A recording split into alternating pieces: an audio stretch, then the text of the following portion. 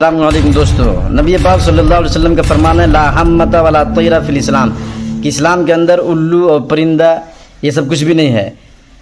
عرب والوں کا عقیدہ تھا کہ الو جو ہے مقتول کی قبر کے پاس چلاتے رہتا ہے کہ مجھے قاتل کے خون میں سے پلاؤ پلاؤ، جب تک قاتل سے بدلہ نہ لیا جائے اس وقت تک وہ چلاتے رہتی ہے۔ حالانکہ بات یہ بالکل غلط ہے، اس لیے نبی نے فرمایا کہ لا حمۃ ولا طیر فی الاسلام، اسلام میں حمہ و طیرہ کچھ بھی نہیں ہے۔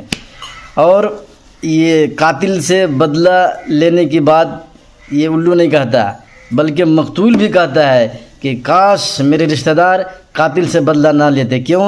اس کی وجہ یہ ہے کہ مقتول کے سارے گناہ قاتل کے سر جائیں گے، قاتل کے سر جائیں گے، صرف مقتول کی نہیں، مقتول کے بیوی بچے بیٹا بیٹی جتنا بھی گناہ کریں گے، بدمعاشی کریں گے، سارا گناہ قاتل کے سر جائے گا۔ اس لیے قتل بہت بڑا گناہ ہے اسلام کے اندر، قتل کرنا بہت بڑا گناہ ہے۔ اس کے بیوی بچے جتنا بھی بدمعاشی کریں گے، بیوی اگر زنا کر دیتی ہے تو اس کا گناہ بھی قاتل کے سر جائے گا، اس کا بیٹا چور چنڈال بیمان غدار زانی شرابی بنے گا، اس کا گناہ بھی قاتل کے سر جائے گا۔ اسی لیے قاتل جو ہے بہت بڑا مجرم ہے۔